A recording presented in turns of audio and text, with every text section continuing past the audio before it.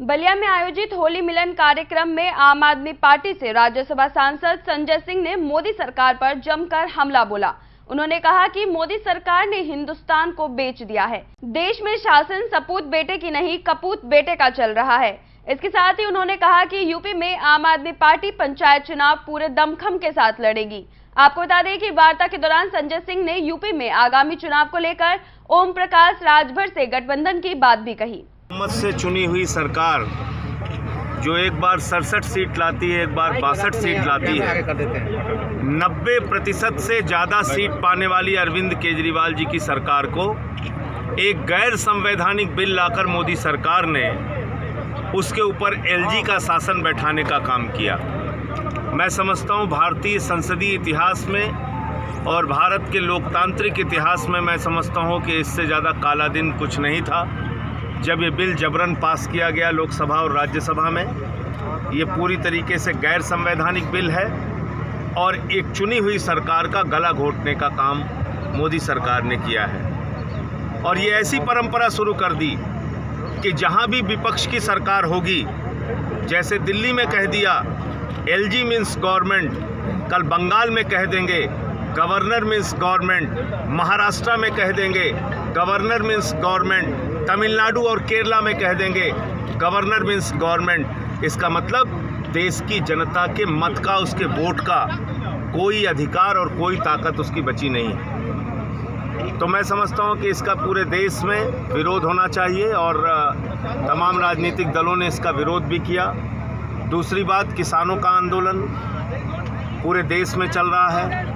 120 दिन से ज़्यादा समय हो गया, 4 महीने से सड़क पर किसान बैठा है। प्रधानमंत्री जी ने 1.5 महीने पहले कहा कि 1 कॉल की दूरी पर हम हैं। क्या उनसे आज तक वो 1 कॉल नहीं पूरी हो पाई? किसानों के मुद्दे का समाधान क्यों नहीं हो रहा है? क्योंकि ये बिल चंद पूंजीपतियों के लिए लाया गया है, जिनके चंदे से भारतीय जनता पार्टी चलती है, जिनके हवाई जहाज से इनके नेता घूमते हैं। ये बिल देश के करोड़ों किसानों के लिए नहीं, बल्कि अडानी अंबानी जैसे चंद पूंजीपतियों के लिए लाया गया है। और ऐसा मैं क्यों कह रहा हूँ? क्योंकि इस बिल में असीमित भंडारण की छूट दी गई है, जिससे देश में जमाखोरी, कालाबाजारी और महंगाई को वैधता प्रदान की गई। इसमें कॉन्ट्रैक्ट फार्मिंग की बात की गई है, जिससे किसान का खेत लेकर चंद पूंजीपति उससे अपना माल बनाएंगे और किसान की खेती पर कब्जा करेंगे। इसमें एमएसपी की गारंटी की कहीं कोई व्यवस्था नहीं है। देश के अंदर मंडियां ख़त्म हो जाएंगी। इसके अलावा जो भारत की सरकार का बजट है वो आपको रुलाने वाला बजट है। इस देश के 130 करोड़ लोगों की संपत्तियां, रेल बेची जा रही है, एयरपोर्ट बेचा जा रहा है, पोर्ट बेचा जा रहा है, सेल बेचा जा रहा है, कोल इंडिया बेचा जा रहा है, बीपीसीएल बेचा जा रहा है, सड़क बेची जा रही है, बिजली बेची जा रही है, पानी बेची जा रही है, एफसीआई के गोदाम बेचे जा रहे हैं, स्टेडियम बेचे जा रहे हैं, पूरा हिंदुस्तान बेचा जा रहा है। तो जो लोग अपने बाप दादा की संपत्ति को बढ़ाते हैं वो सपूत कहलाते हैं, जो बाप दादा की संपत्ति को बेचते हैं वो कपूत कहलाते हैं। कपूत सरकार हिंदुस्तान के अंदर इस वक्त चल रही है, जो देश की संपत्तियों को बेचने का काम कर रही है। अब उत्तर प्रदेश में आ जाइए, आदित्यनाथ जी को 4 साल हो गए और उन्होंने क्या नारा दिया था? न गुंडाराज न भ्रष्टाचार। लेकिन अगर आप 4 साल का इतिहास उठाकर देखेंगे, हाथरस कांड देख लीजिए, 6 साल, 10 साल, 8 साल, 12 साल की बच्चियों के साथ बलात्कार की घटना, एक 3 बार के लोकप्रिय विधायक निर्वेंद्र मिश्रा की हत्या, 8 पुलिस के जवानों की हत्या। तो इस प्रकार से अपराधीकरण उत्तर प्रदेश में बढ़ा हुआ है। ऐसा लगता है कि आज माफियाओं का राज उत्तर प्रदेश में कायम हो गया है। कोरोना के समय में घोटाला हुआ, ऑक्सीमीटर के नाम पे, थर्मोमीटर के नाम पे, शमशान में दलाली खाने का काम हुआ। अभी जल जीवन मिशन, घर घर जल घर घर नल की योजना में हजारों करोड़ रुपए के भ्रष्टाचार को मैंने उजागर किया। और दुर्भाग्यपूर्ण रहा कि एक कर्मचारी जो इस नमामि गंगे में भ्रष्टाचार की योजना से पीड़ित हुआ, उसने आत्महत्या कर ली, मोहन सिंह नाम के एक कर्मचारी ने। तो बड़ी ही दुखदायी स्थिति है। जो ग्राम विकास अधिकारी के नियुक्ति हुए थे 2018 में, जो छात्र, उनको नौकरी नहीं मिली, वो रोजगार तो नहीं मिला, वो नौकरी कैंसिल कर दी गई। 2 बच्चों ने आत्महत्या कर ली, कल की घटना है। तो ऐसी शर्मनाक स्थिति बनी हुई है। शिक्षा मित्र महिलाओं को सिर मुड़वाना पड़ता है, आंगनबाड़ी को लाठी पड़ रही है, जो भी बेरोजगार सड़क पर उतरा है उसको लाठी पड़ रही है, मुकदमे लिखे जा रहे हैं। आदित्यनाथ जी ने विपक्षियों को दबाने के लिए मुकदमे का हथियार बना लिया है। मेरे ऊपर 14 मुकदमे लिखे गए, देशद्रोह का मुकदमा लगाया गया। मैं देश की संसद का सदस्य हूँ। तो मैं ये कहना चाहता हूँ कि इन बंदर घुड़कियों से या मुकदमों से हम लोग डरने और रुकने वाले नहीं हैं। हम जनता को जगाएंगे और जिला पंचायत के चुनाव से इसकी शुरुआत करेंगे। मजबूती से पूरे उत्तर प्रदेश में जिला पंचायत का चुनाव आम आदमी पार्टी लड़ेगी और यहीं से विधानसभा चुनाव की नींव रखी जाएगी।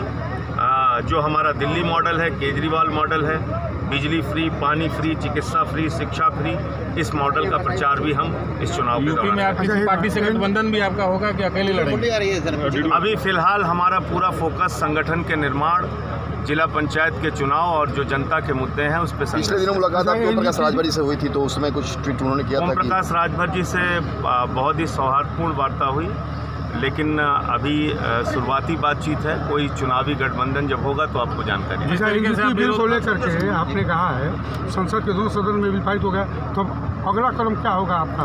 देखिए, इसमें हमारी पार्टी विचार कर रही है कई विकल्पों के ऊपर, और हम लोग उसको तय करने के बाद तब आपको बताएंगे। मुख्यमंत्री जी से मीटिंग हुई है, वो जब तक नोटिफिकेशन हाथ में नहीं आ जाता राष्ट्रपति का, तब तक आप किसी न्यायालय में नहीं जा सकते हैं। तो इसलिए इसकी एक कानूनी बाध्यता है। जब वो आ जाएगा तो वकीलों से, संवैधानिक विधिवताओं से अभी पूरा चर्चा करने के बाद ही। जिस तरीके से आप आम आदमी पार्टी विरोध कर रही है भाजपा का केंद्र और प्रदेश में, तो क्या आपको लग रहा है कि विपक्ष देखिए अन्य पार्टियों का सहयोग नहीं मिला? मोदी जी ने ये साबित कर दिया कि उनको केजरीवाल मॉडल से और केजरीवाल से डर लगता है।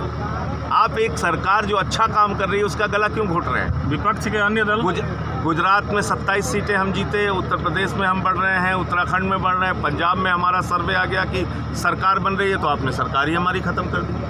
तो ये तो डेमोक्रेसी के लिए ठीक बात नहीं है। जिस प्रकार से आप उत्तर प्रदेश में मुजफ्फरनगर कांड के आरोपियों 40 मंत्री और विधायक, उनके खिलाफ केस वापस ले लिया सरकार ने। वापस बिल्कुल रास्ते में संगीत सोम मैं देख नहीं पाया हूँ। तो संगीत सोम और उनके अपराधियों को हर हाल में सजा मिलनी चाहिए। वो किसी जाति के हों, किसी धर्म के हों, अपराधी हैं, माफिया हैं, गुंडे हैं। उनको किसी जाति धर्म के चश्मे से नहीं देखा जाना चाहिए। और मुजफ्फरनगर कांड में जो भी लोग दोषी रहे हैं उनको सजा मिलनी चाहिए। एक तरफ सरकार मुकदमे वापस लेना किसी भी ऐसी घटना में जिससे हिंसा हुई हो, दंगे हुए हों, फसाद हुए हों, ये पूरी तरीके से गलत है। अच्छा, आप कहते हैं कि मोदी जी का विकल्प केजरीवाल है। कानून दिल्ली में बना है, सेम जब कानून जम्मू कश्मीर में बना था तो आपकी पार्टी ने समर्थन किया?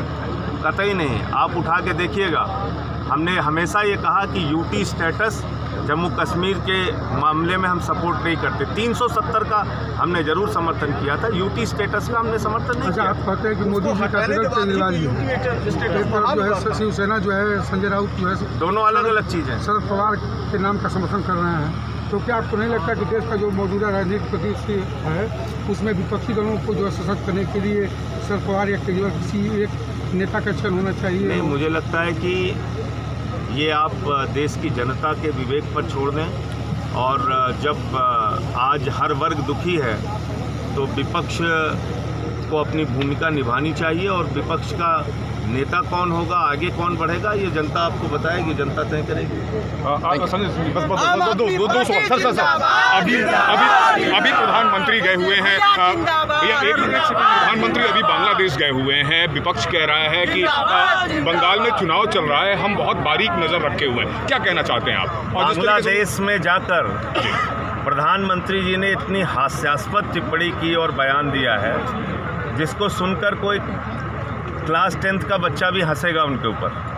प्रधानमंत्री जी ने क्या कहा? मैं बांग्लादेश की आज़ादी के लिए लड़ा और मुझे गिरफ्तार किया गया। अरे भाई, बांग्लादेश की आज़ादी के लिए भारत की सरकार बांग्लादेश का समर्थन कर रही थी, लड़ाई पाकिस्तान से हो रही थी, तो किसने गिरफ्तार किया? भारत की सरकार तो करेगी नहीं क्योंकि वो उनके समर्थन में थी। तो पाकिस्तान ने गिरफ्तार किया था क्या मोदी जी को? ये उनको बताना चाहिए। ऐसे हास्यास्पद टिप्पणी करके कभी आप कहते हो नाले के गैस से चाय बना लो, कभी आप कहते हो कि हम तो 125 करोड़ लोगों को घर की चाबी बांट चुके, कभी कहते हो संत कबीर, बाबा गोरखनाथ, बाबा गुरु नानक देव की एक साथ मीटिंग हुई थी, कभी कहते हो सिकंदर जब पटना में आया था तो बिहारियों ने मार के भगाया था। अब सिकंदर कभी पटना गया ही नहीं, बिहार में घुसा ही नहीं, तो प्रधानमंत्री जी पता नहीं कहाँ से ऐसी बंगाल चुनाव के दौरान मथुरा समुदाय को जिस तरीके से उन्होंने खास तवज्जो दिया, जबरदस्त विरोध हुआ है कल, आप पता कीजिए उसकी रिपोर्ट। किस तरीके से आप देखते हैं बंगाल चुनाव के मद्देनजर प्रधानमंत्री की कोई फायदा नहीं होने वाला है, बंगाल में बुरी तरीके से भारतीय जनता पार्टी पराजित हो। सर एक अहम सवाल, बस लास्ट अहम सवाल सर, देश में कोरोना बहुत तेजी से फैल रहा है, दिल्ली में भी बेकाबू है स्थिति, क्या आपको लगता है कि दिल्ली में भी लॉकडाउन होगा क्या? इसका परीक्षण करना चाहिए कि क्यों दोबारा इस तरह से कोरोना बढ़ रहा है, क्योंकि मुझे लगता है कि नए स्ट्रेन ना हो इसकी वजह से बढ़ रहा होगा, क्योंकि इतनी बड़ी मार हिंदुस्तान ने आर्थिक बदहाली की, बेरोजगारी की, लोगों के आत्महत्या की झेली है।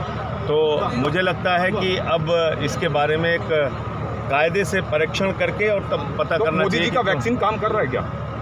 मोदी जी का वैक्सीन, अब हम वैक्सीन का विरोध नहीं कर सकते जी, वैक्सीन ठीक है, सबको लगना चाहिए, अच्छी बात है, काम कर रहा है कि नहीं कर रहा है वो तो जो लोग लगवा रहे हैं वही बता सकते। लेकिन सर दिल्ली में लोगों ने विरोध किया था कि आप बलिया में नहीं लगाऊंगा, सर आप खुद भी मास्क नहीं लगाए और आपके बहुत सारे कार्यकर्ता भी नहीं लगाए हैं, तो क्या यूपी और दिल्ली में अंतर है क्या? ऐसा नहीं, कोरोना को लेकर ऐसा नहीं है कहीं पे। मेरा ये कहना है कि आप मास्क को भी, आपसे भी बातचीत करते हैं, आप ही लोग कहते हैं भाई मास्क उतार लीजिए, तब बोलिए, 50 बार मैं बता दूं, मैं जाता हूं मास्क लगा के बोलना शुरू करते हैं, सर मास्क उतारिए आपको बोलना, तो ये आप लोग ही करते हैं। 100% प्लेसमेंट के साथ हम देंगे आपको मौका।